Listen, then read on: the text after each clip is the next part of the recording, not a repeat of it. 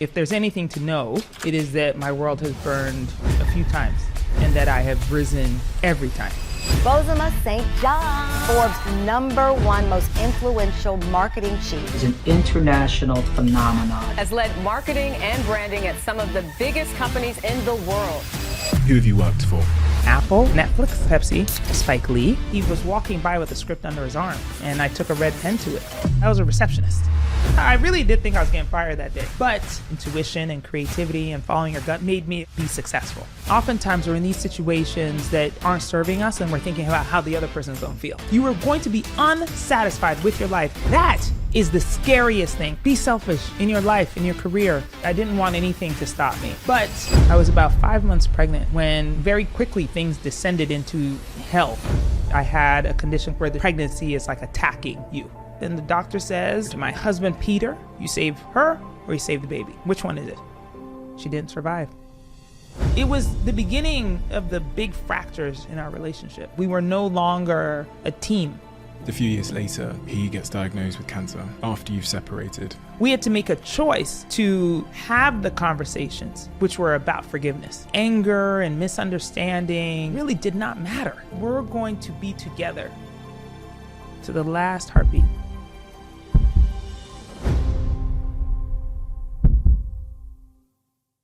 Before this episode starts, I have a small favor to ask from you. 2 months ago, 74% of people that watch this channel didn't subscribe. We're now down to 69%. My goal is 50%. So if you've ever liked any of the videos we've posted, if you like this channel, can you do me a quick favor and hit the subscribe button? It helps this channel more than you know, and the bigger the channel gets, as you've seen, the bigger the guests get. Thank you and enjoy this episode.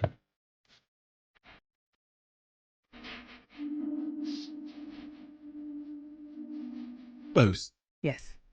you've overcome so much. You refer to yourself often as a phoenix. Yes. I've heard you describe yourself as that. So take me back, because there's a certain distinctive brilliance and character to you that I know isn't common. And that uniqueness is what makes you brilliant. So take me right back to the beginning. What do I need to know about you to understand the person sat in front of me? Going right back to the start. Oh, gosh. Well, as a phoenix, there isn't just one rising, for me. So if there's anything to know, it is that my world has burned a few times and that I have risen every time. Now, I wouldn't say that I rise right away. It's not that kind of miracle. It's the dusting off. It's the letting the feathers grow back. It is the, can I fly again? Let me try. Ooh, this really hurts. Let me sit down. Try one more time. And then I'm off. So that means that it's everything from being, 5 years old and living in Ghana and my father being in politics and the government being overthrown in political coup. And having to uproot ourselves out of Ghana. I mean, my whole world burned at that point.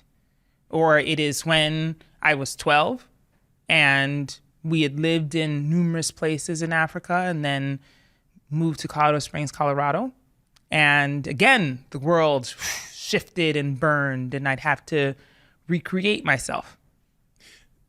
Those first 12 years, when you look back on the most significant fingerprints they left on you and your character, what are those? Probably my ability to survive, get to know people quickly, understand who is a friend and who's a foe quickly, being able to read people, I would say almost immediately. I don't need a lot of proof. I can tell on the first question whether or not you have good intentions for me. Do I have good intentions for you? Yes. Okay, good.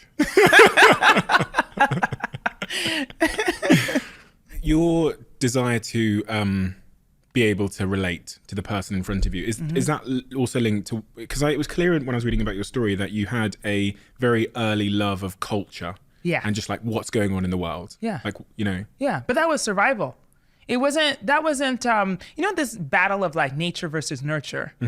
I think I have some of it naturally, my curiosity about people and the things that surround me in pop culture. But it was certainly nurtured. This idea of like, well, I have to understand everything that's happening in this society so I can talk to you, so I can seem normal to you. So that meant that like, okay, I have to understand American football inside and out. Friday night lights were a big deal in Colorado. So I need to understand what's happening in the field so I don't annoy people with cheering at the wrong time. Mm-hmm. Or music, understanding what was happening at the time and being able to sing along to lyrics or argue with somebody in the hallway about my favorite pop star, or fashion.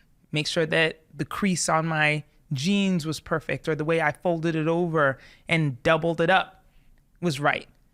All of those things are nurtured. And so it created a lifelong student of pop culture. So it means that every time that something new would happen, I'd be the first on it. I'd be the one who'd be like, let me figure out what that is. I need to understand all of it, because should I be in a situation where I'm in front of somebody who really likes that thing, I want to be able to talk to them. I want to be able for them to understand that I understand what they're talking about. I'm not so strange. And that explains in large part why you pursued creativity and marketing, or at least why you ended up there. But do you think it's hard to be yourself when you're trying to survive? Yeah, I think so. Were you being yourself as you reflect on that chapter of your life, the pre-18? Left to my own devices, I probably wouldn't have. I probably would have turned out to be too much of a people pleaser. But thankfully, I had a mother who was, well, both my parents, but my mother in particular was very focused on making sure that all of us girls, I have 3 younger sisters, understood our worth and the way that we contribute. So in the process, so imagine I'm 12 and I'm here trying to understand all the American things. And I come home and I've finally broken through the inner circle of the cool girls. And they've now said they want to come over to my house. And here I am in front of my mother, my very Ghanaian, very proud mother. And I'm saying, I'm going to need you to buy some pizza, get some Fanta up in here, okay? Like French fries, I don't know what it is. Get all the American foods, chicken nuggets, the things they like. And she's like, absolutely not. They're going to eat fufu. They're going to have some pepper soup. They're going to eat with their hands, because that's what we do in this house. And I'm sitting there like, you've got to be kidding. Are you, like, you want to destroy me? Like, I'm just learning how to get along with these people. And the lesson there, and by the way, she wasn't like cryptic about it. She was very direct, very straightforward. And she was like, when you go to their house, you do the things they want to do. When they come to your house, they do the things you want to do.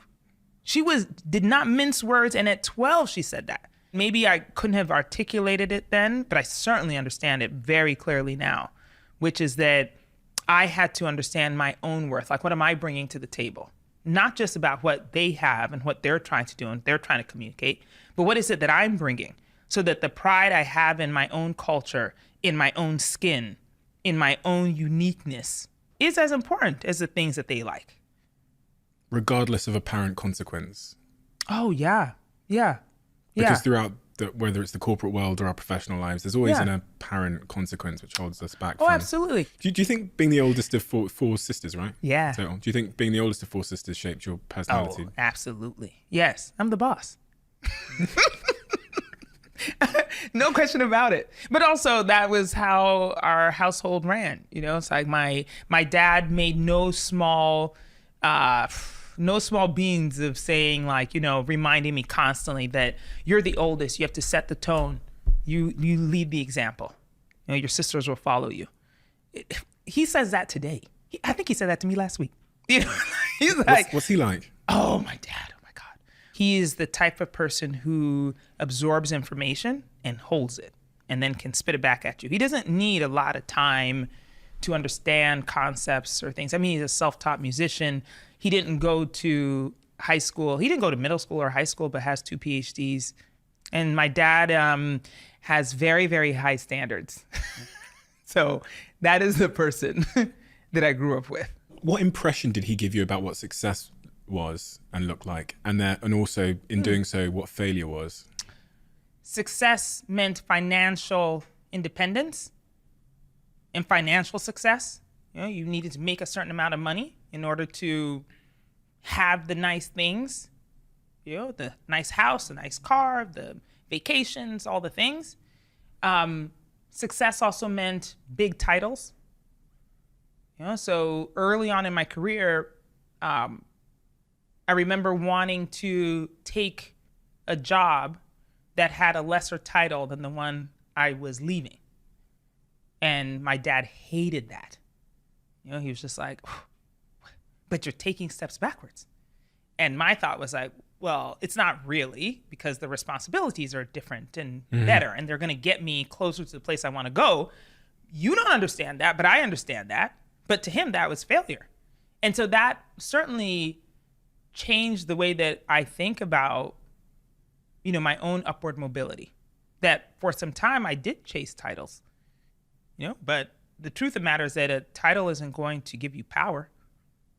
A title doesn't actually give you anything. It's like what I've learned about leadership is that you have to convince the people who are around you that you are right, that you have a good idea and that they should input into that thing, and then they will follow you. You think just because you have a chief title that somebody's going to follow you or not think you're stupid? There are plenty of people out there who have, that title and teams who don't respect them. And so for me, I think those early lessons they had their good things and their bad things, and the good things were that me understanding that my dad's understanding of what success looked like in terms of titles was not necessarily the only way. What does give you power then? So if the title doesn't give you power, what does give you power? Influence. There's a couple of things, because that's a really complicated question. It's like talent alone doesn't do it. Again, met many talented people who couldn't lead anybody, and you have many leaders who have no talent. So it's like it's an interesting combination of those two things. Like you have to be able to be on the ground and do the work. Mm-hmm.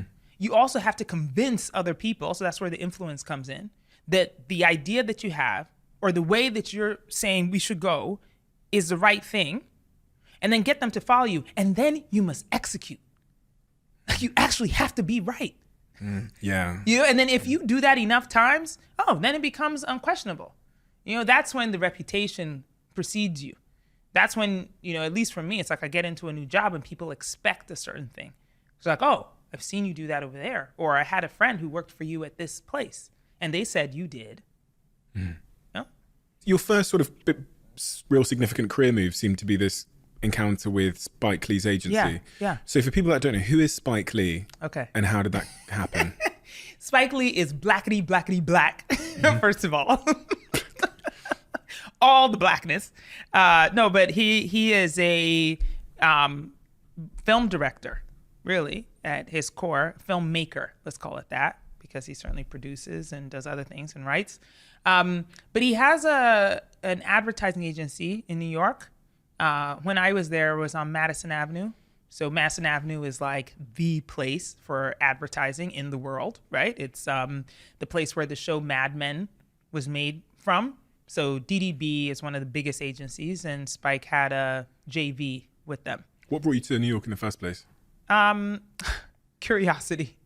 I graduated from Wesley University, which was in Middletown, Connecticut, and it was just time to apply to med school, and I really didn't want to. And New York was right there. It was like an hour and a half from school, and I really didn't have a plan. I just went, trying to escape what I thought was my destiny. And like many people say, I think sometimes in this business, I kind of fell into this. But I think my destiny actually came to find me. That's what it was. I opened up and allowed for something greater that I didn't even know was possible to find me instead. So many people are in that chapter of their life where they're trying to find their destiny or trying to help, trying to figure out a way to let their destiny find them. Yeah. when you look back and connect the dots as to how your career came to be, and you think about that first moment where you went to New York, and then you're on Madison Avenue, you're working for Spike Lee, and you find your destiny, or it finds you. If your daughter comes to you and says, "Mum, what advice have you got for me on finding my destiny? Like, what have I got to do to actively bring it about?" Woo! Have you ever heard that statement, like, let go and let God? No. Have you heard that before? No. It's a very Christian thing. I feel like in the Black church, there's a lot of that. Let go and let God. As if God is just gonna just sprinkle magic dust over you. And I'm like, no, I don't necessarily believe that, just as a plain statement. I think the letting go is an action. It's not surrender. It's not like you just lay down and it's gonna find you. You're not gonna find your destiny sitting on the couch. The letting go for me is like the letting go of preconceived ideas about what it is that you are going to do. Letting go of, sometimes you're like trying to do something and keep hitting a wall. You're just like, oh, if I just hit it one more time, it's gonna break. Sometimes it's like, that's a cement wall, right? If you just move 5 feet to the right, it's actually plaster and you're gonna go right through it. It's like sometimes it's the letting go of this thought that you had, which is like, oh, I'm going to do this thing right here, is the magic. And I'll tell you this, look, it didn't just happen at that stage of my life. It's happening right now where, I'm like, okay, well, I think I am done with my corporate CMO work. I believe I'm finished. So I'm going to let go of it. I'm not going to be actively looking for the next CMO job. I want whatever is coming for me to come. I'm going to allow space for it. Now, it doesn't mean I'm just sitting around. I'm also, trying to polish other skills.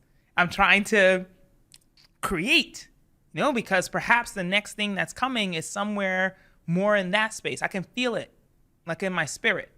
And that understanding of like your intuition, and if you're listening to it, it's like a magnet. It's going to just draw you closer to the thing that you're supposed to do. And it has happened every single time, like every time, without fail. Like every job, every move I've made hasn't been because somebody said, oh, you know what? This makes logical sense. 1 + 1 = 2. Sometimes I'm just like, but it's not math though. It's physics. Like it's not the addition, it's the subtraction. I'm just going to sit here and I'm going to get up and I'm going to go talk to this person and I'm going to talk to that person. I'm going to sit back down again and I'm going to write this thing out. And then, like magic, because I don't know how else to describe it, it's like the destiny appears. I'm telling you, every time it has happened, every single time, even when people were like, oh, that is never going to happen. Like, you're wasting your time. I don't know why you'd go over there and do that. I'm like, I don't know. Something inside, I'm telling you, it's telling me that this is the way to go. I'm going to go over there. Every time it's worked. But do you believe, so there's a lot there for me.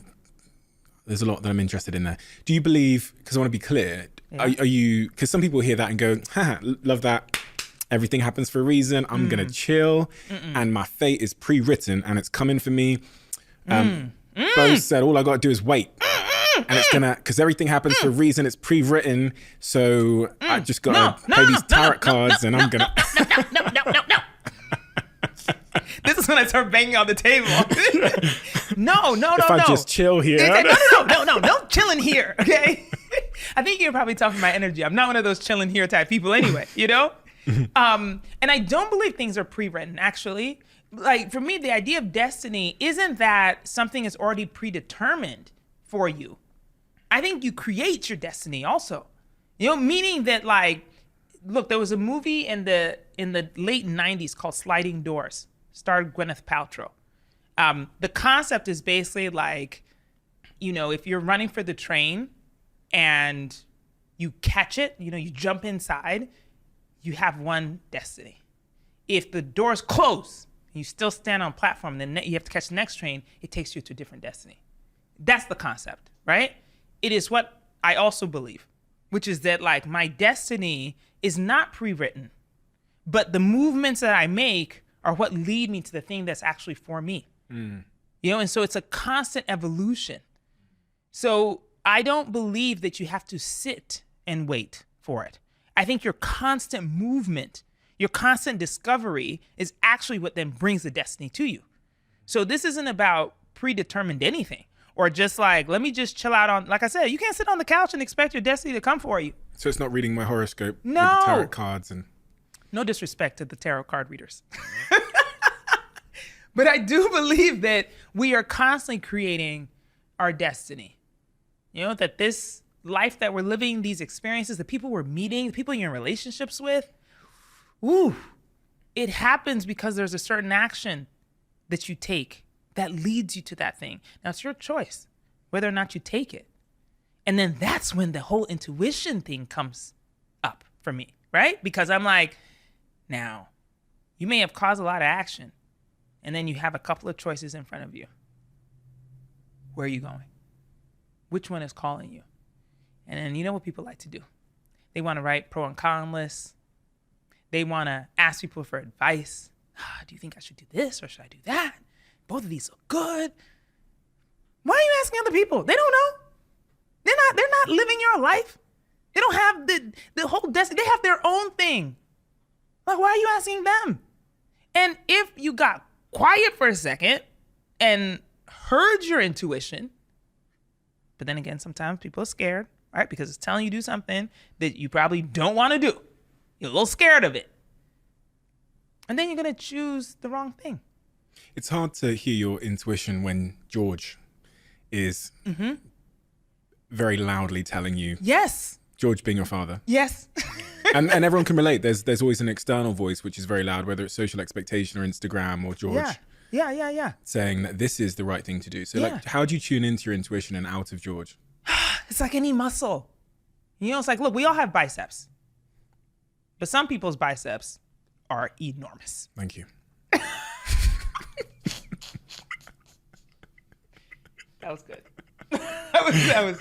That was super smooth. That was really nice. Nicely done. But it is like any muscle. You know, you got to work it. You've got to listen to it. You have to make it brave to talk to you. You know, I kind of feel like it's like that friend. Now, this is not about multiple personalities, but you know, it's like that friend who's talking to you inside your head. You know, and like, if you keep dissing it and keep being like, shut up.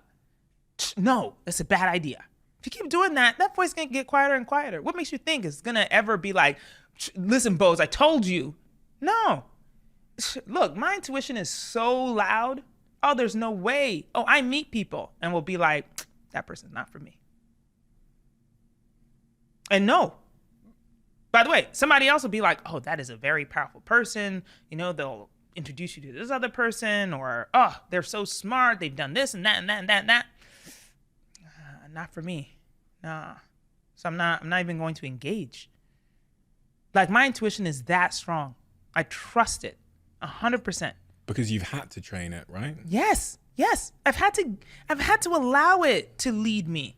Is that because of what you said earlier about the survival and the pattern recognition is developed now, where you can kind of, you see a couple of cues, your intuition goes, oh, we met this person a couple of times. Yes. And it never ended well. Yes, that's part of it, for sure.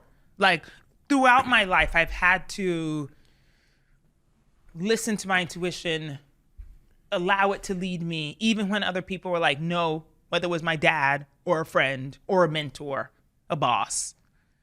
You know, when they've been like, no, that's not the thing you want to do. You should do this. This will be more successful for you. And then my intuition was like, actually, I don't think so. I think you need to go this way. It is so hard. I'm not pretending as if like this is the easy thing where it's like, oh, just listen to your intuition, you'll be fine. Thing is dumb hard. You know, it's like, look, because sometimes the logic strong. makes a lot more sense than your intuition. And so I'm not saying that it's easy, but it is the only choice if you want to be successful. And successful to me these days means that I am happy and at peace and enjoying the thing I'm doing. It's no longer about the title or the house or the thing. Like, do I have freedom? oh man, like, and freedom isn't just like, I can do whatever the hell I want. Freedom is that like, I can be working on a campaign and not sleep for 3 days because I'm so excited about it. That's the kind of freedom I'm talking about.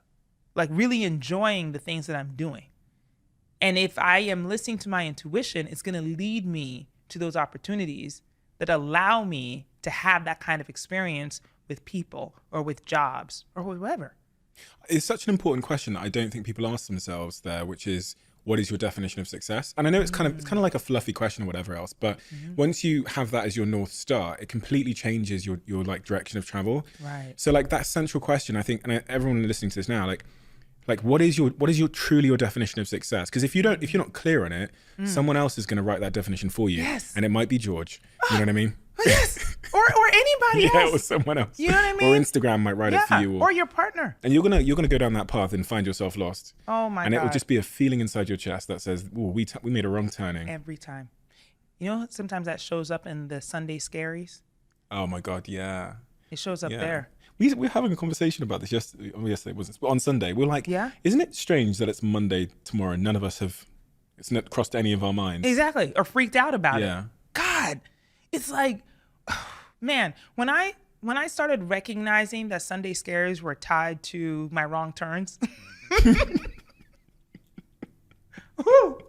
Guess who jumped into the driver's seat real quick? Me. You know, it's like, So look, true. and again, we're not making light of it being like, oh, this is so easy, just change direction, you know? But it's so helpful when you recognize it and then you're like, oh, okay, now I can do something about this. You know, it's like, right? Isn't that the first step of like any problem solving is to recognize the problem? And don't you think life, like Sunday Scaries, is a signal? Oh man, I'm telling you. And it's a signal, and it's a very important signal, and it's screaming at you. So loud, so loud. And the thing is that, think about Sunday scaries in relationship to anything in your life. When you are in a relationship, let's say romantic, and you have to go hang out with that person, and you're not feeling so cute about it. Might be time for you to reevaluate whether or not this relationship is good for you. You know, it's like you should be feeling the like, oh, I really want to go do this thing with this person, you know? And for me, it's not even about length of time because, you know, marriage is not something where it's like people tell you all the time it's so hard. And it's like, you know, you'll fall out of love with this person and then fall back in love with them. And da-da-da-da. It's like, I'm not talking about like the fickleness of your everyday feelings. I'm talking about like the consistency of a mood that you are in when you are in the presence of that person. Like, do you feel great? Do you have ickiness when you're with them? Like that, that's a Sunday scary that you need to watch out for. So it's not just about like, am I going to wake up and go to work tomorrow at a job I hate? I apply that to everything in my life. And that's the kind of freedom that I want in my life. That like, I don't engage with people that I feel the ickiness with.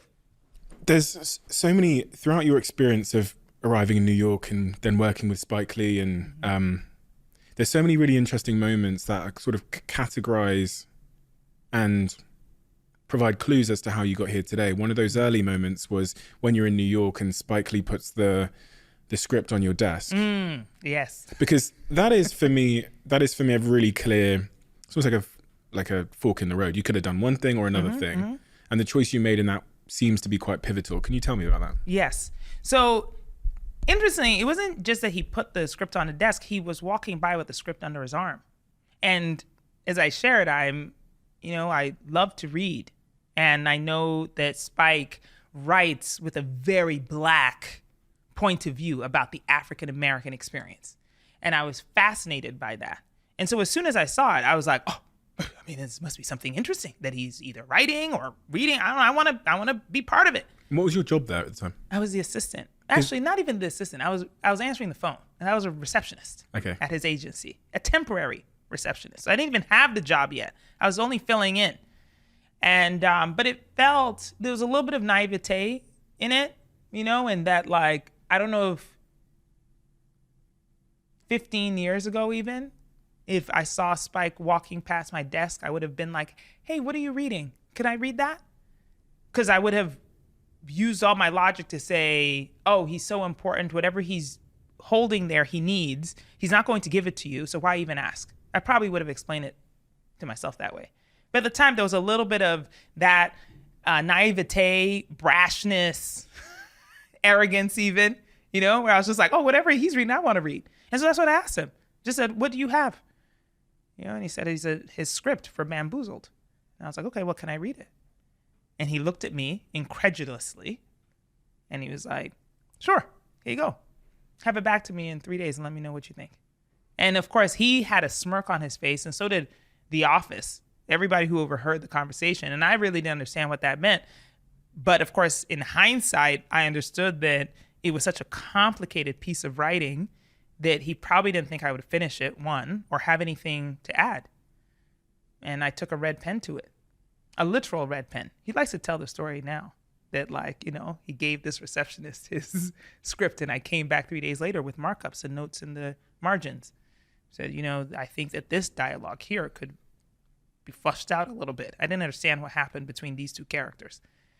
And he was just like, what? You marked up my script? And I was just like, oh God, I didn't know. Man, I really did think I was getting fired that day. And he went into his office, slammed the door. I sat there. Man, I'm telling you, I had my purse with me, and I was just sitting there waiting for him to open up the office so that he could tell me I was fired. And meanwhile, I'm thinking in the back of my head, my dad's going to kill me because I'm not even supposed to be in this job. I have a college degree. Why am I a receptionist at this office anyway? And then he opened the door after what felt like 17 hours. It was probably just, 30 minutes. And that's when I got the job. He was like, you made some good notes. You should stay. How old are you? 22. So you're 22 and you take a red pen to one of the most famous film directors' work. Yeah. And that gets you the job. Yes. What's the lesson there? Oh, it changed my entire life. Oh, that changed my entire life. I've had a few inflection points in my life. That is absolutely one of them. Without that moment, I don't know, and maybe at some other point I would have learned it. Maybe it would have come to me anyway. But I'm so glad it came to me then, that there is no one who knows more about anything than you do. It just doesn't exist. Like, look, I'm not saying you should go ahead and try to do open heart surgery. No, yeah. Maybe don't do that, Okay. But if you are the patient getting counseled by your doctor and they say, you know what, I think we're going to have to do open heart surgery, but you feel like, hey, look, I don't know that you understand all the symptoms that I'm trying to discuss with you, and that you seem to just skip by a bunch of these things that I've just said, I'm going to have to go for a second opinion. That's the kind of belief I have in myself, where I'm just like, I'm going to question you, even though you're the expert, and say, I don't know, because you really didn't pay attention to what I was saying. So let me just go and try and talk to somebody else. That moment when Spike said, sure, go for it. And I went for it. And then he said, I had some good ideas. Oh, come on. Like you just said, he's one of the most brilliant filmmakers of all time. He will be in the annals of history. And he thought, as a 22-year-old, I made some good points on a script that is one of his most difficult to read. You can't tell me shit. It's hard for anything or anyone to undo that conviction and evidence, right? That he gave you in that moment. Yeah. But I feel like also I learned something as a leader from him in that moment, that there aren't people on my team that I dismiss for lack of tenure or understanding. That there are so many people who can contribute to an idea or to a campaign, who can challenge your strategy without having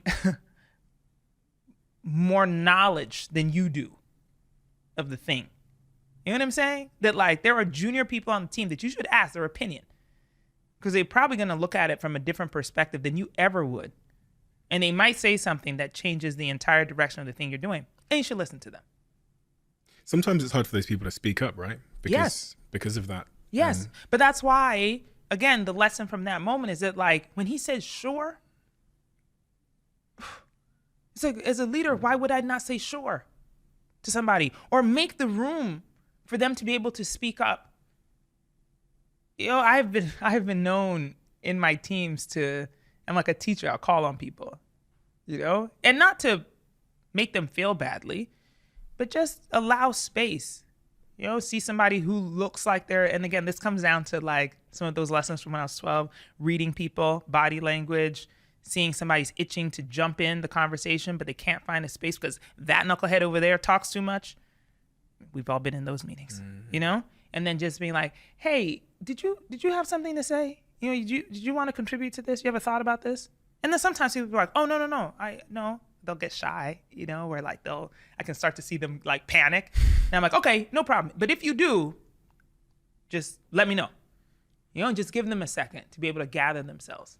Or sometimes they'll be like, yes, actually, I just wanted to say, and they'll contribute. And, sometimes the contribution is great and sometimes it's a bunch of crap, but you'll never know unless you ask. The counter narrative to that is, do you think, I was playing around with this idea that I think in teams, people end up having what I call like a contribution score. And it's kind of like a credit score, but it's like the historical value of when you speak, whether it's valuable or not.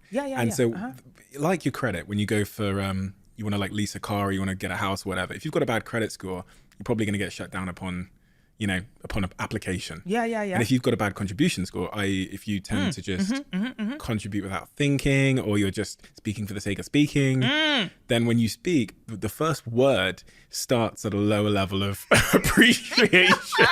That is so true. God, I've never thought of it that way. I love that though. And you got to, so there's this is a converse point, because it means you do want to protect your contribution score. You don't want to just speak for the sake of speaking. If you're brainstorming a campaign and I go, what about a billboard? Right. And you look over and you go, that was a fucking... Stupid. We already done billboards. You know what I mean? Yeah. But that's the thing is that, it's kind of also the same way that I look at failure of ideas. Oh man, that can kill your creativity faster than anything else. It's not just your contribution score, but it's like, it's like if we're in the meeting, okay? And here you are. Maybe you spoke up by yourself. Maybe I called on you. And you said the thing and everybody in the room's like, oh my God, that's really smart. Yes, we should do that. And then we do the thing and it bombs. Oh man.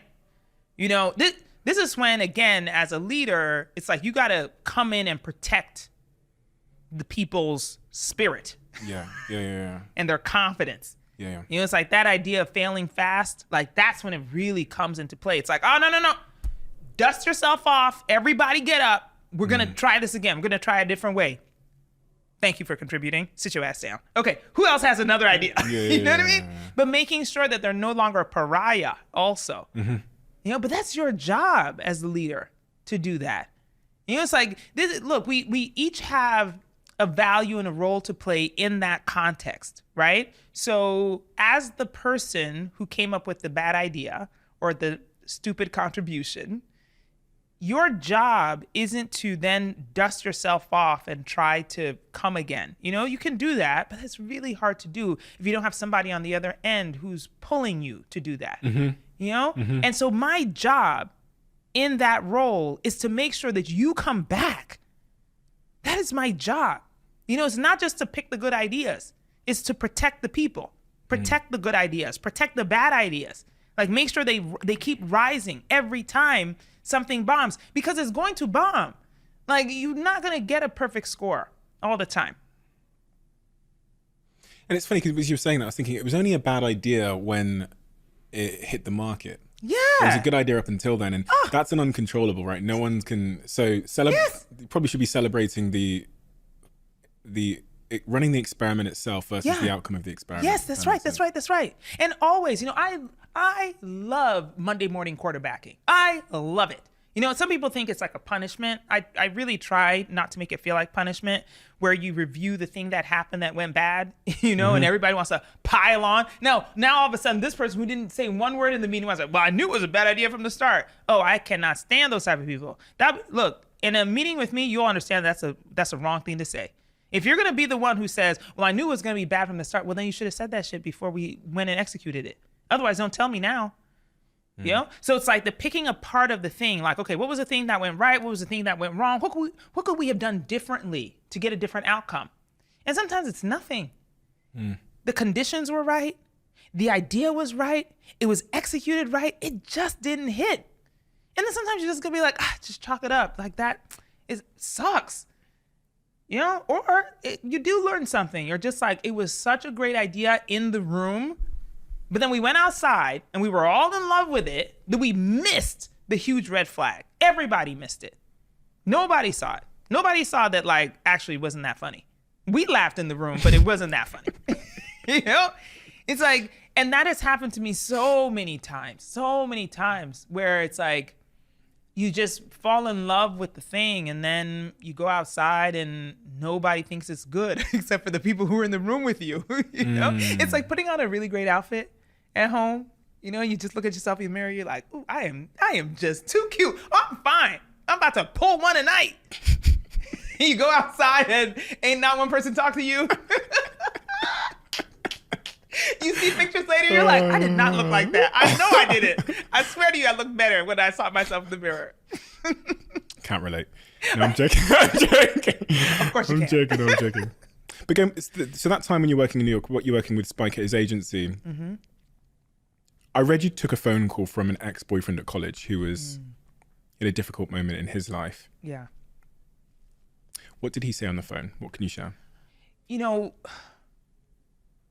I think this is the part about when you think about things that you would do over. Yeah. You know, the ways that you would have reacted differently and torture yourself about it. I do that now. Still. Even though I've been through a lot of therapy. Even though I know that the outcome probably would have been the same at a different time. You know, he suffered from mental illness that I obviously couldn't diagnose. You know, we were in a romantic relationship that now, of course, looking back, was toxic. I didn't know how to help him. And eventually, he decided to end his life by suicide. And I blamed myself for a long time. To some degree, I still do. You know, wishing that I had said something different, wishing that I had known better to ask for help, wishing I'd just been a better friend or girlfriend. You know, and even now, I remember writing a post on Instagram when someone famous died by suicide, and you know, there were all of the things that people say. They're like, oh, you never know what somebody's dealing with, or like, you know, or like, call this line if, you know, you're thinking these thoughts. And all I could, like, the only way I could react to it was just like, but the people who are around that person, she was like, the guilt you feel, the terrible burden you carry for the rest of your life. Like, what do those people do? It was like, what hotline exists for them? You know, how do you manage that feeling? It is a sort of survivor's guilt to some degree. You know, I feel the same about people who are survivors of a loved one's terminal illness. We never talk about those people. You know, you always talk about the person who's suffering. And I'm not saying we shouldn't. I'm just saying that we have to consider the entire circle of people. You know, and how do you give advice, help, relieve the guilt, the sadness, the grief, the regret, all of those things. And it is still something that I deal with in terms of many different types of griefs I've had in my life. Mental health and mental illness has become increasingly discussed in society in the last 5-10 years. When I was a kid, I didn't know what it was. Nobody talked about it. I didn't know it was a thing. Now it's very popular in conversation. Had he made any indications that he was suffering, and could he articulate that he had mental health challenges? Yes. I mean, he was on medication. So Right, he okay. knew he had challenges. But and look, I was clinically depressed as well. I was on medication. we were both on medication, you know? And the challenge with having any mental illness is that sometimes you know how you're diagnosed and you know that you have to take medication for it, but maybe you don't feel like you're ill. And he was an artist, a musician. And so sometimes as a creative, that gets confused, right? Because you're just like, oh, but I need my angst in order to create. You know, I pull from this deep, dark well, and that's where my artistry comes from. And he would say stuff all the time. You know, he would be impassioned about, you know, it's like, well, none of it is worth it. You know, if this doesn't work, I don't know what I'm going to do. You know, or like would be so dependent on me for his own happiness. You know, things I did would set him off or not. You know, and so then you are tied to that person's ups and downs, even though it has nothing to do with you, right? And again, like, look, I've had a lot of therapy to talk about this, and so I can articulate it, but it doesn't change the way that you really feel about it. You know, I can academically talk about it and say, oh, well, you know, he behaved this way and therefore I behaved this way, right? We were like a tit for tat type situation. But when you're in it, all you want to do is to protect that person. You know, all I wanted to do was keep Ben up. That's all. By any means necessary. You know, so if it meant that I had to stay on the phone for 6 hours, that's what I had to do. If I had to miss my own meetings and calls and friends and dinners and all, that's what I had to do. Did he call you Yes. around the time? Yes. He called me. Well, that day he was having one of his episodes, you know, and was accusing me of cheating on him or, you know, whatever the thing was. And I was just so exhausted. It'd been a number of days of this constant battery. He was living in Geneva and I was in New York. And so he was, you know, we were on different time zones. He couldn't see anything I was doing, but was accusing me of all kinds of things. I was just tired. And so I said I needed to go out with my friends. I'm going to go to dinner.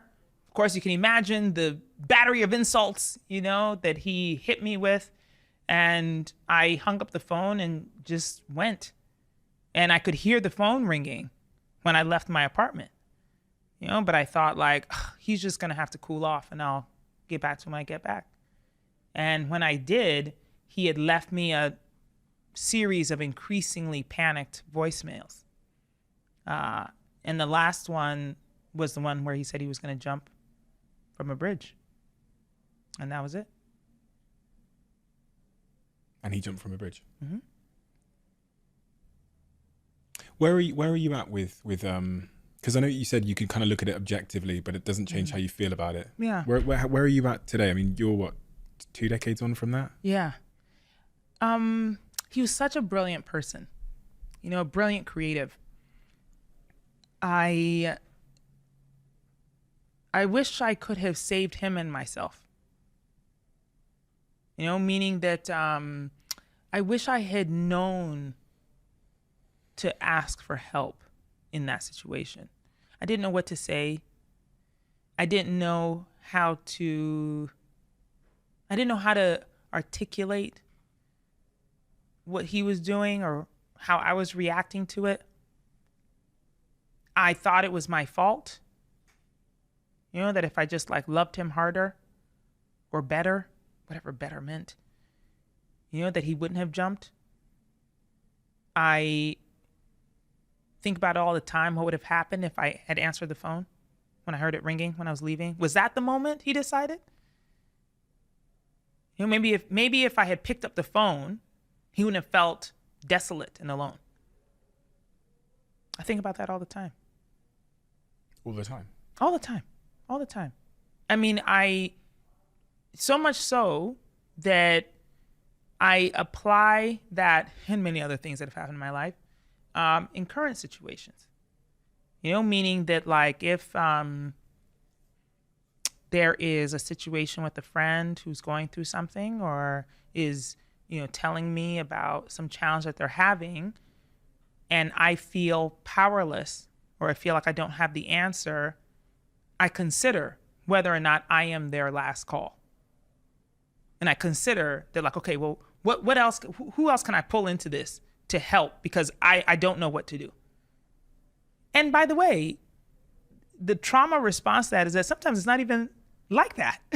You know what I'm saying? It's like, it's not like I'm jumping to a conclusion that they're not even anywhere near. But that's where I'm going because that's my experience. And so I'm always considerate that it's like if somebody's going through something tough, or there's a friend, they tell you to check in on your strong friends. Again, I don't even know what that means. But, it's like if I have a friend who I haven't heard from, or like I know they're going through something tough, and I call them and they're not answering, or I call them and they sound funny to me, I'll be the first one to drive over there and be like, I just had to lay eyes on you. I had to see that you're all right. Okay, you good? Okay. You just need some ice cream? All right, I got you. But I'm very conscious of the fact that people are delicate. Our lives are delicate. And even when somebody looks like they got everything together, there might be something really unsettled right underneath the surface. And so how can I be more conscious as a friend?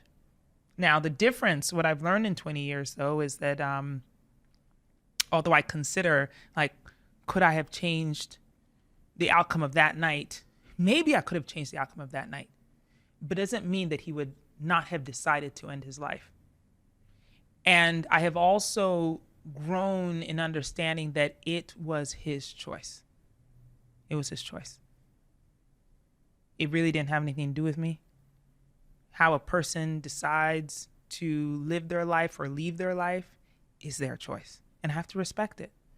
That's what has changed in 20 years. It's really interesting because, we spend so much of our lives fighting the choices that other people make. Oh, right? yes. Especially people we love. Yes, because you think you know better for them. Or you can change it. Or Yeah, there's a better, yeah. You know better for them. Yeah. Yes, but that's why I think the same thing we've been talking about with intuition, that it applies to you too. It's like you think you know better how somebody else should live their life, and they think they know better how you should live yours. And they're going to advise you that way. That's why it's like, when we talk about like listening to your intuition or whether or not you're going to, march to the beat of your own drum. And it's like, look, there are going to be people in your life who love you desperately, who want the best for you and are going to advise you horribly. This is not their life. They can't help you because they don't even know where you are. They've never been there before. It might look familiar to them, but they've never been there. They're not in your shoes. They don't have your context. So who can advise you? Yourself. That's the only person. The only one. Not your mama. Not your best friend that you've known since you were 3. Not your mentor who you admire and who has reached the place you want to go. Even they can't do it. They can't do it. They don't know. You found love in Peter. Yes. At work. Yes. You weren't interested in him at first. No. What changed? What changed? Why weren't you interested in him? If I had that answer, like we could solve all of love's riddles, right? Like, do you know what's really interesting? Earlier on when you talked about let go and let God, it really struck me as a relationship metaphor as well, because we go through life thinking, I want brunette with this size, this and that, and da-da-da, and I'm gonna... And we've got our blinkers on and we're too narrow for all the great fucking people that might come along. You might have met your husband or wife already, but you were just so caught up in how they were supposed to look and how much money they were supposed to have. Come on, preach. No, I can't. No, but it's true. But that is, part of it is that, when you say let go and let God, it's like, yes, the letting go of these preconceptions, whether it's for job or love or friends or whatever. But it's also the action of being like, okay, let me just, all right, let's go and see what this is. And for me, it's like when I met him, he was not my type. This like white man who was a ginger, for God's sake. I mean, what the hell was I going to do with that? You know, it's like, and he was wearing this big fat gold chain, 2 buttons open in his, I mean, God, even thinking about it now, I'm just like, oh, how embarrassing. Like, really, seriously. You know, but he surprised me. Basically, the story is that he said he wanted to get to know me. He wanted to take me to dinner. And I was like, absolutely not. I'm way too fine for you. Okay? Yes, because that is what I also think. And I was like, look, if you want to get to know me, Mr. White Man, you're going to read Song of Solomon by Toni Morrison. And he was literally like, I don't even know what that is. He was like, no one has ever even said that to me. And I'm like, yeah, exactly. Go read Song of Solomon by Toni Morrison, and then we can have dinner and talk about it. Why that book? It was my favorite book. It is still my favorite book. And it's just so, you know, it's like, look, Toni Morrison as an author does not come down to your level. Toni Morrison is up here. She's not going to mince words or like change metaphors or not let you stare at the uncomfortable realness of being Black. She's gonna hit you in the face with it. And I was like, oh, I want to see this very privileged white boy read this work and then come talk to me about it. That was my trick. So he came back very quickly, by the way, and I was like, oh, I'm going to call his bluff. Because first of all, he didn't read it, okay? And even if he did read it, there's no way he has a greater understanding of that story or that work than I do. I mean, I was like, I'm an African-American and English lit major, for God's sakes, from Wesleyan. Like, and I'm Black. There's no way he knows more. And he surprised me. We went to dinner and he had such interesting insights. And, you know, I mean, like love does, I was struck by Cupid's arrow sitting there at that dinner. I swear, it was like first night. Fell in love instantly. You moved quickly, right?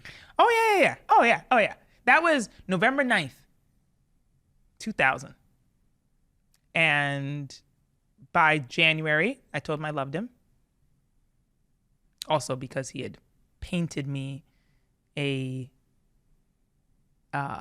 his interpretation of Song of Solomon, oil on canvas. He'd never picked up a paintbrush before.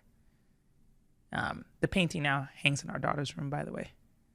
And he gave it to me for my birthday. And I was like, yep, he's the one.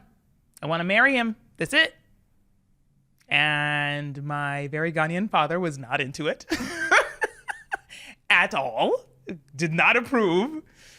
Especially when I said, oh, we're going to move in together. Like, we moved in together. We'd known each other for 8 months. And we'd already decided we were going to get married. And at a year, he proposed. I said yes. And I was like, we're off to the races. This is it. What did George have to say about it? Oh, hated it. When did he meet him? In fact, oh gosh, it was a terrible situation. Well, my parents came to visit in like February. So my mom knew I was very much in love. My dad was not aware. And they came to visit me just as, you know, coming to visit me in New York, see how I'm doing. And I orchestrated for Peter to come by for dinner. And also, just to set context, it wasn't like I introduced my dad to boyfriends. My dad had never met anyone. And so for him to meet somebody was like, well, who is this? And what does this mean? You know, but, you know, he tells it now that he just thought it was, you know, me finally coming into some, you know, early love, and he just thought it would be, you know, something he could dismiss. But by August, when I called him and said, hey, I'm going to move in with my boyfriend, and he was like, absolutely not. Like, first of all, this is shameful. Okay, you're not going to marry this white person. Like, that's not going to work for us. You're the eldest. What are your sisters going to think? You can't live in sin. And he was on a business trip in China. And without telling me, he flew to New York straight away and did not come to my office to talk to me about it. He went to Peter's. Showed up in his office And Peter like calls me, and his voice sounded all funny and crazy. And he was like, your dad is here. And I was like, there's no way. I just talked to him yesterday. He's in Beijing. And he's like, no, he's sitting in my office. And I was like, oh, I'm on my way. And then I hear my dad in the background, like, you will do no such thing. This is a conversation for men. I'm like, what? It's like, okay, I'll give you 15 minutes and then I'm there. Yeah. And to this day, I don't know what they talked about while I was not in the room. But I know that when I got there, they brokered some understanding between each other. And even though my father was still unhappy with the decision made to move in with him, he did not stand in the way. And when I eventually married Peter, he walked me down the aisle. What year was it that you married Peter? Was it 2001? Did you 2003. Say? 2003. So you got engaged in 2001. Yeah. You met in 2000. Yes. Okay. Yeah, quickly. Very quick. Yeah. Yeah. And you fall pregnant in 2008. 2008 for the first time. Mm-hmm. Were you ready, whatever that means, to be a mother at that point? No. I didn't even think I wanted to be a mother. Ever? No. I wasn't sure that I did. I was in, my career had just begun to like, climb in a way that was very visible to me. You working at Pepsi at this point? Yes, I was working at Pepsi and having really good success. And I was, influenced by all of the societal pressures that women have in the workplace. This like, look, if you have a baby, it's going to slow down your career. People will look at you differently. Maybe your attentions are going to shift. And so you thought you were ambitious about your career, but let a baby come along and now all of a sudden you want the baby, you don't want the career. I didn't want anything to stop me from the ambition of getting to the top, And also I was just like, I'm having a good time. I just don't want to be responsible for anybody else. And I found out I was pregnant and I cried. You cried? Oh. What kind of tears? No, like the fugly tears. Like the tears that make you vomit type tears. The tears that when I called my mom to tell her, she was like, stop crying. The tears that Peter didn't know how to react to because he was so excited. He was elated. And, I was thinking, this is awful. It's like, I don't want to be pregnant. And how do you actually say that when, at that point we'd been married for almost 5 years. We were like coming up on our 5th anniversary. I had a great job. He had a great job. We had a beautiful apartment in Manhattan. It's like, why wouldn't you, it's like everything seems perfect, right? It's like no one could look at me and say, oh, you're in a tough situation. You shouldn't have a baby.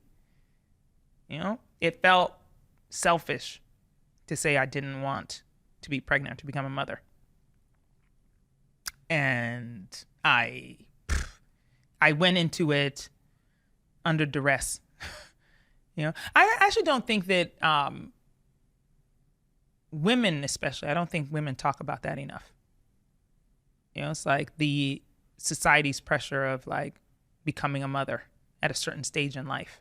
Or that if you become a mother and you don't want to be, even when things are perfect, that can also feel like failure or feel like a trap. It's like somehow you're supposed to get pregnant and then start glowing immediately. Start feeling like all the motherly feels. I didn't feel any of that. I didn't want it. And to be totally candid and transparent, it wasn't until I was about 5 months pregnant when there was the first sign that something might be wrong with my pregnancy, that all of a sudden it was like, whatever that instinct was I was supposed to kick in when I found out I was pregnant, it kicked in at that point. It's like I went from being someone who was very cavalier about the pregnancy and trying to think about like, oh, I got to get my snap back. Like, how am I going to get my 6-pack back after this is done? I went from that person to the like, well, what do you mean that there's like low amniotic fluid? What does that mean exactly? Is the baby okay? Like, is this little homie growing? Or like, let me hear the heartbeat again. You know, it's like it was really that moment that did it. And very quickly things descended into hell. I discovered that I had a condition called preeclampsia. It's essentially when your blood pressure rises in your body because your body acts like the pregnancy is like attacking you. And so every cell begins to fight against the pregnancy. I was forced to deliver the baby early, and she didn't survive. And it was, you know, for someone who had not wanted to be pregnant, it was extraordinarily devastating. I think it was a combination of things. You know, it's like I had begun to develop all the protectiveness of motherhood. You know, very much like I felt in Ben's death. I thought, how could I have been a better mother to this unborn person? You know, what was my failure in taking care of myself so that I could have a healthy child? And again, the similarities are parallel where it's like, look, there was nothing I could have done better. The aftermath of that, of losing Eve. Yes. Take me into that moment. What was that? What was your life like in that moment? How do I even articulate it? I don't know that there is a word to describe the combination of like grief over something or someone lost that you really never had, you know, with a combination of anger, raw, fierce anger at God for this situation, at Peter for having made the choice in the moment of crisis when I'm sitting there and in the bed and the blood pressure is going up and I'm delirious and the doctor says, you know, there's only one choice here. You save her or you save the baby. Which one is it? And Peter says, well, save my wife. And I was pissed. Because, again, whatever that thing is that clicked in my head that said, protect the life that is coming first.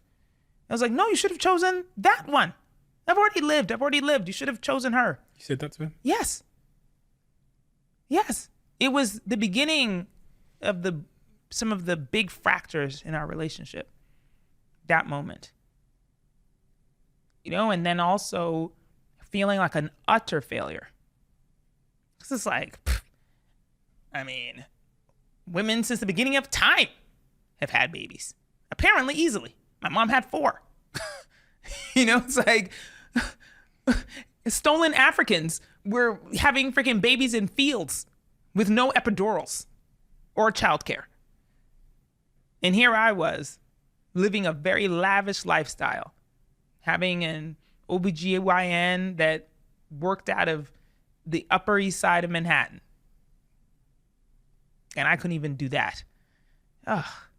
All of those feelings were so raw and combined. And then, on top of it, my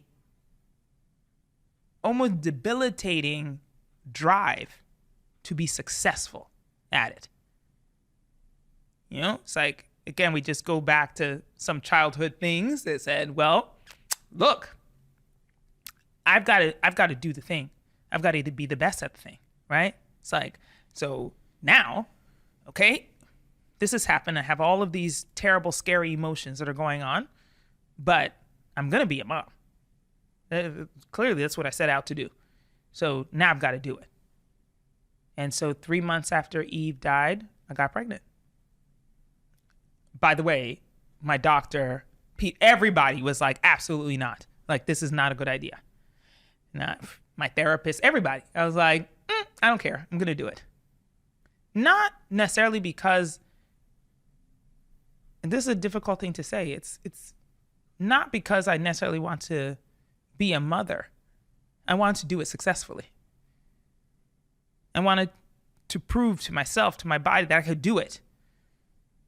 You know, that like, and I wanted to like yell at God and be like, like, did you take this away because I said I didn't want it?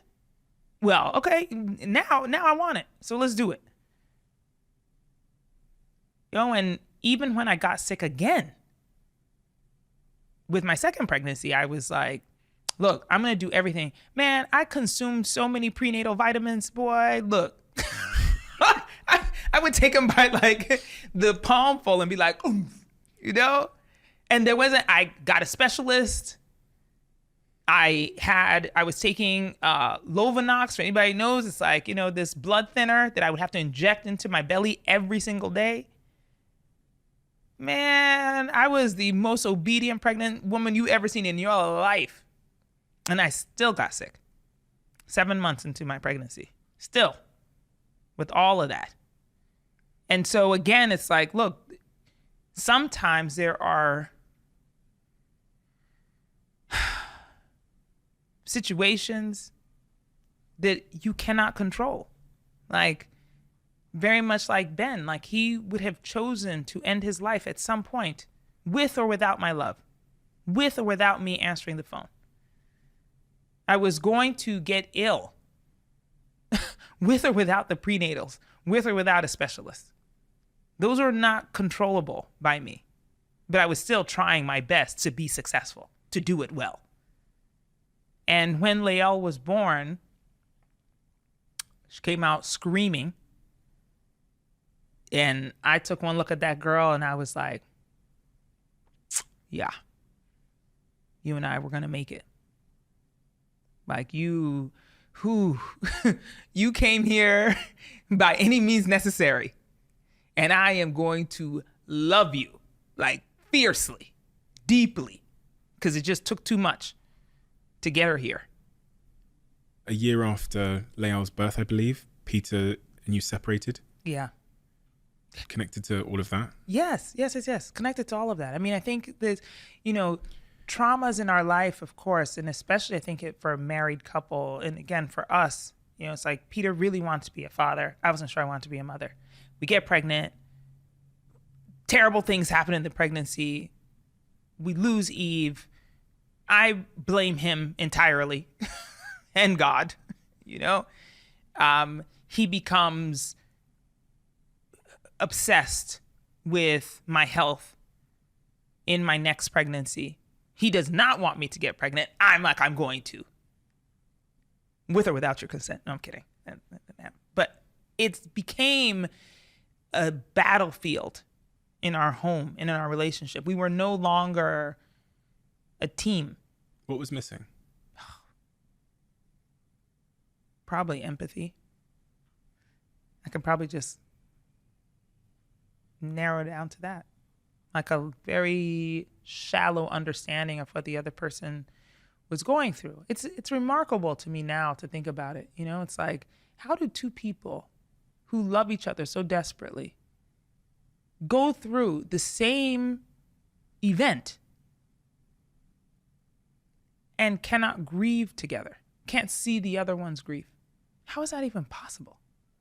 You know? Just a few years later, he gets diagnosed with cancer. Mm-hmm. After you've separated. Yeah. These moments in life can have a interesting influence on our perspective. Mm-hmm. How we feel about somebody in a situation. How did it influence your perspective, his diagnosis? Peter was the type of person who never got sick. You know, he'd walk around Manhattan in wintertime with like a windbreaker. You know, he didn't get colds. He just didn't get sick. And even in our separation, and we had then agreed to get divorced, he was always very like valiant. You know, he just was not a person who fell. I don't know how else to describe it, you know, that he was just tall and big and just barreled through life. And for him to be diagnosed that way with Burkitt's lymphoma, which is a cancer that is not curable, but at the time, you know, as oncologists, we're like, okay, you're going to do radiation, you're going to do chemo, you know, there's no surgery really because it just attacks the lymph nodes everywhere and there's no way to get rid of all of the tumors. So the best thing to do is try to shrink them and hopefully they go away. Okay. I mean, we didn't know any better. But by the time his cancer was deemed terminal, all of the anger and misunderstanding and battles over the different events in our life really did not matter. It did not matter. And I realized that, like, you know, that probably sounds so corny to say and maybe feels like a throwaway thing that, like, oh, when you're faced with, you know, the finality of life, you just realize that, you know, you let go of it. No. It's not automatic like that. You have to make a choice. We had to make a choice. He had to ask me the question for us to reconcile. I had to decide that that is what we're going to do. We had to make a choice to have the conversations which were about forgiveness. We had to make the choice to look at every day and say, okay, well, what are we going to do today that is going to prepare us for the end? You recount a kiss you had with him, a kiss of forgiveness. Mm-hmm. Yeah. I mean, it was unlike the first kiss. In the first kiss where it's like the butterflies and you're not sure how much pressure to apply and, you know, should I open my mouth a little bit? Should I give him a little tongue or no? You know, it wasn't that kiss. It was the kiss of knowing 13 years have gone by in a very complicated relationship full of the challenges of being an interracial couple and him understanding my experience or not, me understanding his experience and not. You know, the challenges of health and our parents getting sick and all of the things, my ambition for my career, his, you know, lack of understanding of that. It was just all of the things, you know? And to be in that moment and then to say, okay, we're going to be together until the end because that's what we promised. You know, and to truly kiss and make up. I think that's another like casual statement people say, you know, kiss and make up. It's like, no, you like that covenant of like, we are in this again to the end and I won't leave. And you didn't leave? No. To the end. To the last heartbeat.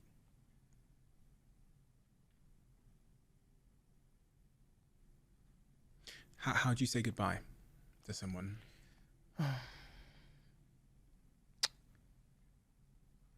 You know, I don't know that you do. I haven't. You know, there's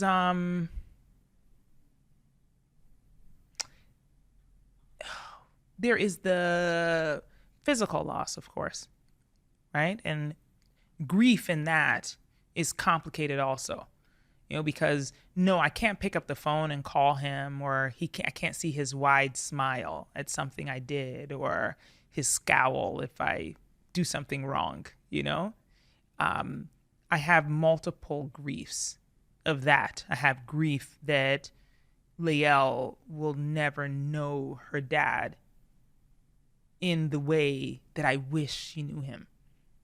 You know, he like so desperately wanted to be a father and he loved her so deeply that I grieve for her. in that not knowing. But there's also, for me, the understanding that he really is still around. This is where it's like, everybody's like, uh-oh, she sees dead people. And I'm like, sort of, because I do believe in like the signs and wonders of things. It's happened too many times for me not to, and it's, it feels very much like my intuition, where I'm just like, I know what he would have thought about X, Y, and Z thing. I already know. And so to some degree, it's like I still feel his presence because I am aware of how he would be if he were here. Quick one. You guys know that for years now, my office has quite literally been everywhere. On a plane, in the back of my car, in a terminal, in an airport, or on a train. You name it, I've probably worked there. Ever since I started my first business at 19 years old, I've been working on the move. All I need is Wi-Fi, a desk, and my headphones, and I'm set. And one of the places that has always had my back when I'm struggling to find an office is WeWork. I've been using WeWork for years now, whether it's in Manchester, London, Manhattan, or LA, WeWork is easy. It literally requires no thinking. There's no stress of finding the perfect working location. WeWork does it all for you. Plenty of desk space, meeting rooms, collaboration spaces, drinks, snacks, it's all there. So for your next remote working trip away from the office, or if you want a new fresh space to work in, then don't just work anywhere. WeWork might just be your answer. And you can get 25% off your first 6 months of WeWork All Access by using code CEOWORKS. That's one word, CEOWORKS. And to redeem this offer, visit we.co/CEOWORKS. It's funny, every year around this time of year, for whatever reason, I go on a little bit of a psychological shift. And that psychological shift, I think, is somewhat inspired by summer, but it's also inspired by the fact that I want to feel strong in this season of life. And as I age, strength training is my number one form of training. And the question becomes, how do you build muscle and how do you become strong in terms of supplementation? And this is where Huel's nutritionally complete protein product is my best friend for a couple of reasons. One, it tastes better than any protein product I've ever tried. Two, in terms of the nutritionally complete aspect, it has the vitamin and minerals you need. It's about 100 calories, so it's incredibly light, but it also packs over 20 grams of protein into every serving. Try the salted caramel flavor. It is the bomb. And let me know how you get on. Despite all of this, despite rising over and over again, your career continued on. Mm-hmm. Yeah. You worked at Endeavor, big company that owned like the UFC and WWE, etc. Yes. Beats, Yeah. Uber, Netflix, Apple. Apple. Oh, yeah. All the things. It doesn't seem like there was a huge time for pause and for, because you just seem to get right back at it all the time. I mean, that's what it appears when you look at the chronological nature of these events. Yeah. How have all of these personal tragedies fed into your career? And what role has your career continued to play in dealing with these personal tragedies? Yeah. Well, I think especially Peter's death made me impatient. Impatient is the wrong word, but it kind of feels like impatience with life. Urgent? Yes, urgent, for sure. The urgent life. Because I just have a much better understanding of not wasting my time or my energy. Well, I look at your story and I see someone who doesn't hang around if they don't like something. Yeah. Yeah. And this kind of brings on another point, because there's contradictory career advice often we get. It says, you should stay somewhere long enough, because if you leave too quickly, then people are going to look at your resume and think, why were you only there for 2 years, or why were you only there for a little while? But then if, so like, where do you sit on this? On when to know to quit? And also there's this overarching phrase, which is like, quitting is for losers. Yes. Oh, gosh. Well, look, I get criticism of that all the time, where people are just like, oh, well, she can't handle adversity. And I'm like, me? Are you out of your mind? It's like, if there was a poster child, it would be me. It would be me. No, it's not that I can't handle adversity. I just put myself first. Are you selfish? Yes. Very much so. But that is not a bad thing. I am at the center of my life. No one is above me in my life. No one. Not even my kid. And she knows that. And I try to instill the same in her. No one should be above her in her life. Because the thing is that, like, look, the life that you're living is yours. And I cannot be a great contributor to society. And this sounds a little like counterintuitive, but I can't be a great contributor to society. I can't be a good friend. I can't even be a good mom if I am not living the life that I want to live. If I'm not wholly happy in it. So absolutely, I'm selfish. When you left Uber, you're quoted as saying you don't need to be the savior. I think when referencing the state of the company, because it was going through a very tumultuous time, Yeah. you can save yourself too. Yes. And save yourself first is what I should have said. You know, it's like, it's all of the ways in which we think about it now, right? You get on a plane, they're going through the safety demonstration. They tell you to put your mask on first before you help anybody else. Yes. And in your life too. Yes. Save yourself first. What was the career advice that you wish someone had given you? You know, like that young Spike Lee receptionist. Be selfish in your life, in your career. Think about yourself all of the time. What does being selfish mean? Like, meaning that when you're in a situation that doesn't serve you, you think of yourself first. Oftentimes we're in these situations that aren't serving us and we're thinking about how the other person's going to feel. But that means that I have to be... It's the uncertainty that creates, that scares people, right? Like, well, I've got this job and I quit it. Where am I going to go? And like, what am I going to do if I leave this relationship? What am I going to do? Where am I going to go? Well, but you should answer that. I'm not saying that you quit without the answer. I'm saying you quit. You know, it's like, if you keep putting it off, if you keep saying, well, I don't know what I'm going to do, so I'm just going to, then you're going to waste your life away. You're going to be so unhappy. You're going to have the Sunday scaries all the time. You're going to feel the ick when you're with that person. You are going to be unsatisfied with your life. And that is the scariest thing. I do not want to be on my deathbed being unsatisfied with the life that I lived. I could go tomorrow and I would be so satisfied with this life. Why? Oh, because I've done the things I wanted to do. Now, look, I have goals. It doesn't mean I don't have ambition. It's not like I don't want to do the next thing. I do want to go to Antarctica at some point. I have not been yet, you know? But if I went now, I've lived this life on my own terms. Like, there's nothing that I did where I feel like, oh man, I should have made a different choice. What are you good at? Like when you do the diagnosis of your skill set and what brought you here, because you've had these incredible career. Yeah. But, you know, when we're all bad at loads of stuff. And I think typically people are good at like a couple of things. Yeah. But that's enough. Yeah. What are you good at? I'm good at seeing the forest. The whole picture. And sometimes in a forest, you know that like, oh, you have to clear this area in order to make space for the little village. Because then those villagers can take care of the rest of this part of the forest that is like burning. You know what I'm saying? But sometimes people are only down at the trees and then they can't see the burning part and they can't see that they should clear over there so that those people can get to the fire. I can see the forest. I can see the whole thing. And I can see like, okay, this needs to move there. It's helped me so much in my career for sure. It's like the change maker. And how does that make you a great marketeer? Because I never look at a problem just as the problem.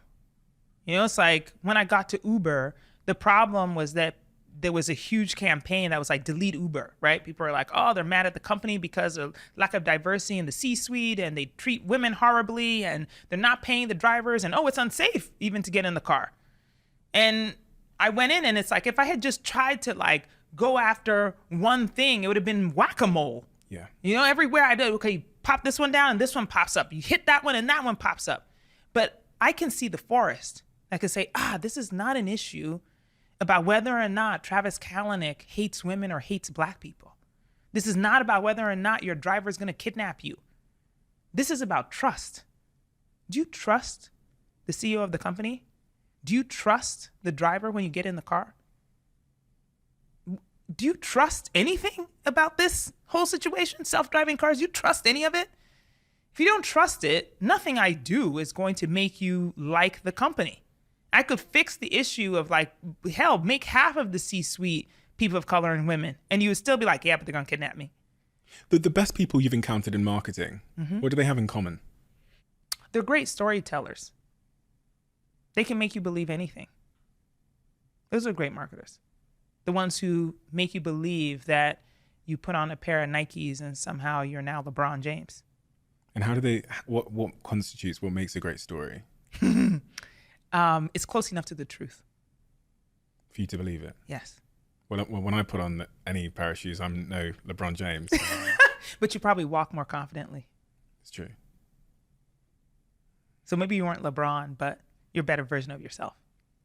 If I want to be a great marketer and I'm currently not, what would you know, if Liel comes to you and she goes, Mum, I want to work in marketing, what's the best, what do I need to do to become a great marketer? What would you say to Liel? Be more curious about people. Ask a lot of questions about people. Why do they do the things they do? Why do they like the things? And keep asking the questions. Like, you've got to be really curious about people in order to be a great marketer. Because you can't just rely on what you know and your experiences, even though I do say that you should be a focus group of one. It's like, if you like the thing, maybe somebody else will like the thing. If it makes you laugh, maybe somebody else will laugh. If it makes you scared, somebody else is going to get scared. If somebody inspired, somebody else will be inspired. I believe that. But you also have to be really curious about why people choose the things that they choose, why they like the things that they like. If you're not curious about people, you're going to suck at this job. What's the most important thing we've not talked about? And I really want to focus this a little bit more. There's going to be so many young people, not so young people, that are listening to this conversation now. They look at your career and they go, I want to walk that path. I want to be the CMO of the biggest companies in the world. CEO of this company. What's your parting words to those people? Oh gosh, that's such a hard one. Because the thing is that there is no path. You know, if somebody tells you, do these steps in order to get to where I've got, they're lying to you. You're not going to get there based on the things I've done. The only way you're going to get there is by listening to yourself, is by following your intuition, is by doing the things that you're really good at. And leave the rest of that stuff that you're not good at, that other people are trying to advise you, leave that alone. So if there's any advice, get to know yourself better. That's it. We often confuse aspiration with admiration. We can admire someone without aspiring to walk their path. And I think I remember reading a poem one day about the only great person you can be is the greatest version of yourself. It's super cliche, but it's true. Unbelievably true. Because I could not be Steve Jobs or Thomas Edison or Martin Luther King. It's not my greatness. No, exactly. Don't try to be me. Ever. I'm sure people are still going to try. There's a closing tradition we have in this podcast where the last guest leaves a question for the next guest, not knowing who they're leaving the question for. Yes. And the question left for you is, what moment in your journey made you fight even harder to get to where you are right now? I mean, we talked about it. It is Peter's last heartbeat. You know, that moment, it just changed the way I look at life. I just don't want to get there not having lived exactly the life that I want. It changed everything for me. And so I refuse to succumb to anything that is not in my destiny for my greatness and my happiness. That's it. Thank you. Thank you. Thank you so much. Your book is incredible. It's been an incredible journey of truth and vulnerability and humanity and so many of the things that you're clearly, now it makes sense as to why the writing is so good and the storytelling is so great, because you clearly have a love for words and reading and storytelling, and that comes through in your work. But you've walked an incredible career path that is just inspiring, just on the grounds that it happened, but you have a remarkable ability to draw out wisdom from that career, which makes it even more powerful. So that's exactly what you've done today. Thank you so much. It's been an honor to meet you, and your energy is quite infectious, Boz. So thank you. Thank you. On behalf of all the listeners. Thank you for having me. I appreciate it. As you know, Zoe are a sponsor of this podcast, and I'm a big investor in the company. You guys know I'm rarely sitting still because that's just the nature of my life. So whether I'm in a business meeting with my investments or I'm recording this podcast, I'm always running from A to B. But the one promise that I made to myself is to fuel my body sufficiently. And Zoe has been really the key part of me succeeding in that mission. For those of you that don't know, I've been a Zoe member for about a few months now, ever since I had Zoe's scientific co-founder, Professor Tim Spector, on this podcast.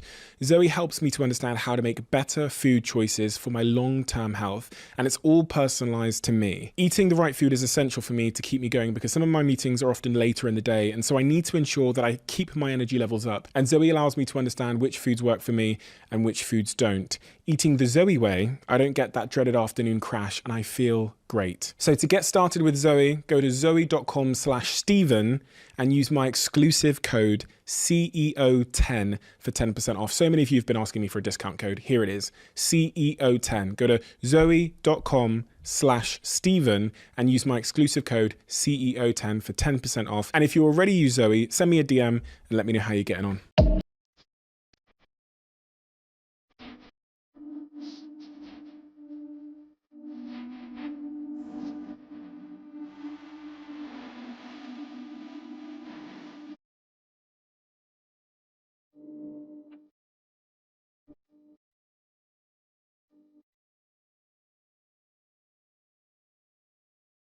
I don't do a lot of interviews like this, so there's not a lot of people that do get to see this side of me.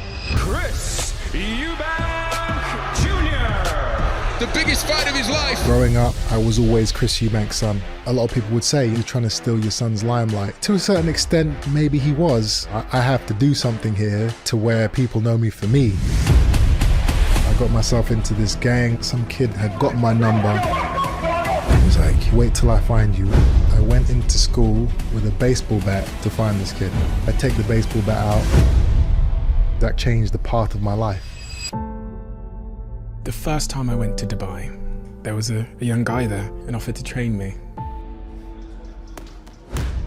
That was your brother. I just started crying, man. It was, one of the worst days of my life. I knew my brother was in Dubai and I didn't go and see him. That would have been the last time I would have saw him before he passed. A man named Nick Blackwell, he got taken to hospital. He actually died on the way to hospital. They had to revive him with an adrenaline shot. Those types of incidents are what put things into perspective and make you think about what you're doing. Have you ever had this conversation with your father about your emotions? This is too much. So without further ado, I'm Stephen Bartlett, and this is The Diary of a CEO. I hope nobody's listening, but if you are, then please keep this to yourself.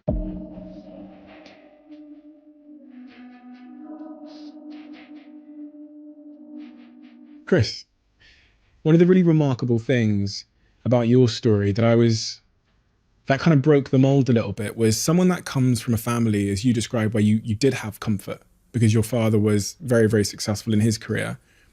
It seems like a little bit of an anomaly that you had such discipline and appetite for struggle and pain, because usually that comes from, stereotypically, that comes from a background of intense hardship.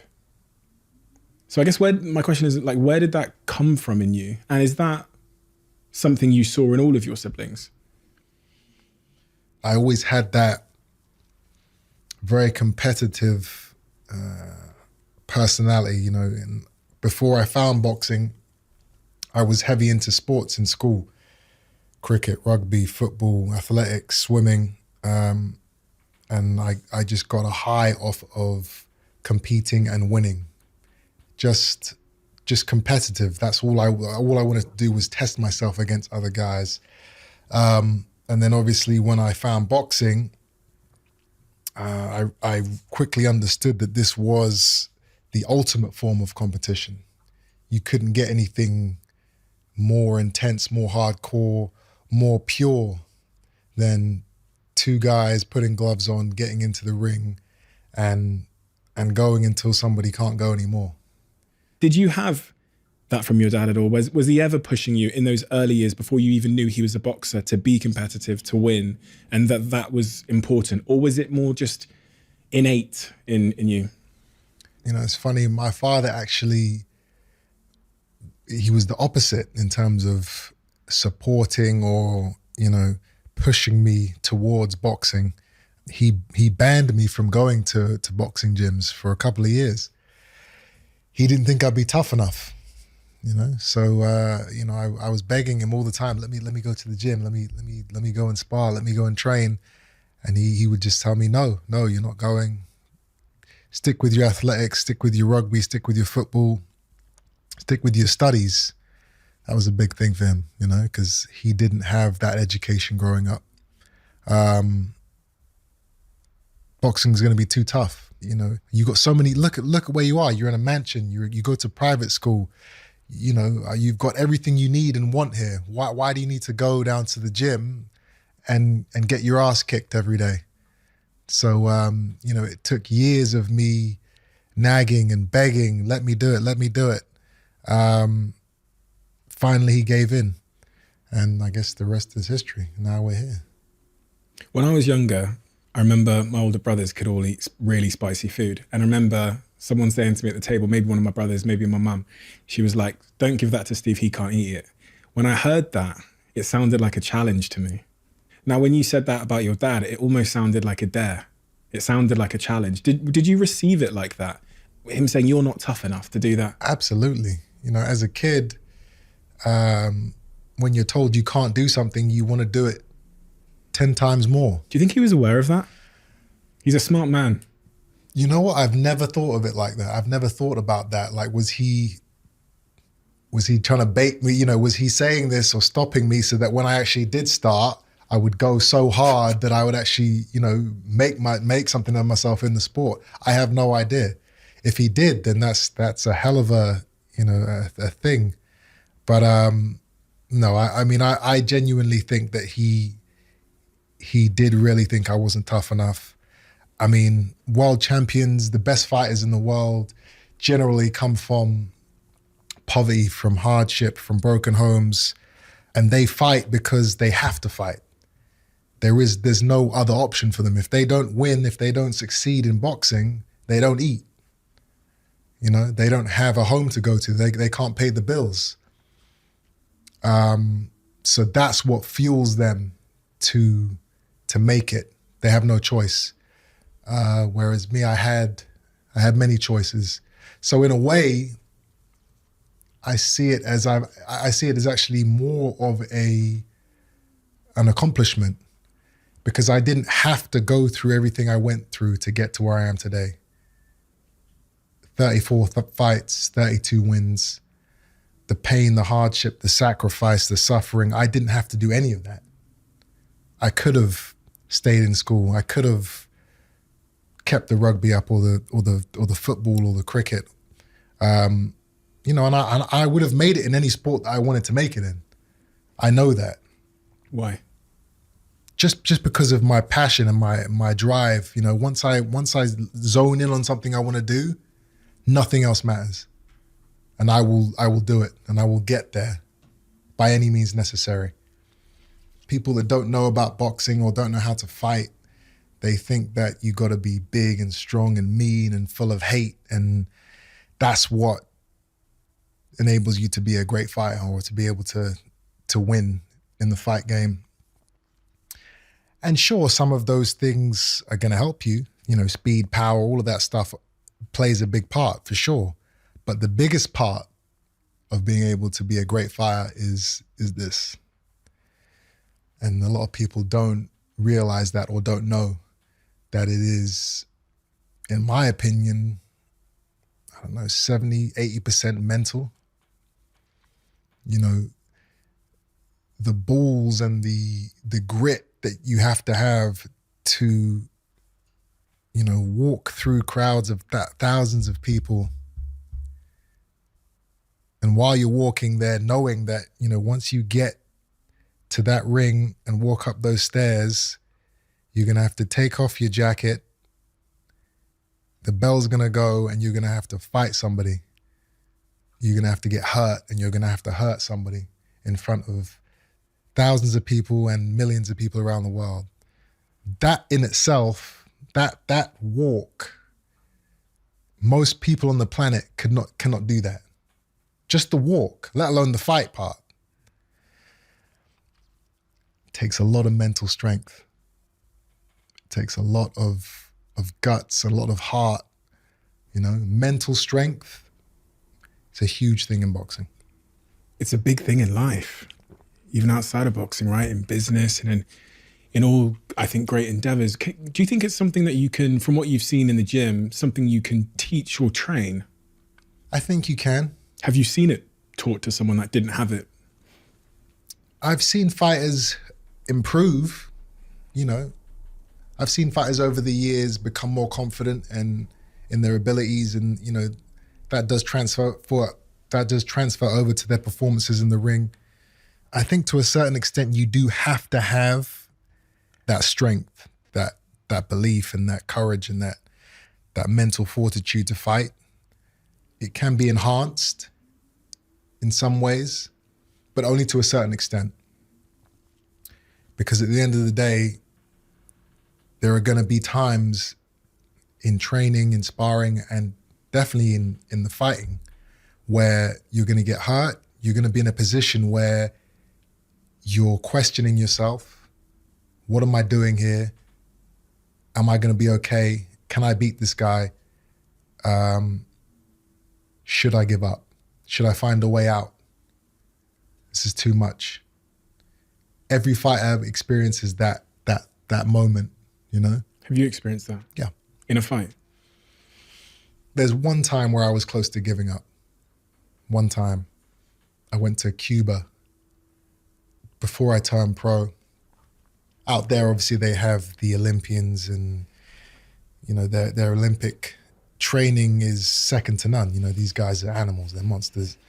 In Cuba, they have this thing called technical sparring, which I had never done and I never did ever again until maybe up in, 2 years ago. But technical sparring is basically, you're sparring, but you're not sparring to hurt the guy. You're sparring to work on technique, so it's like an agreement. All right, listen, I'm not going to go all out here. We're going to work on the jab today, or we're going to work on foot movement. We're not trying to bang each other out. They're big on that. They're big on technical sparring.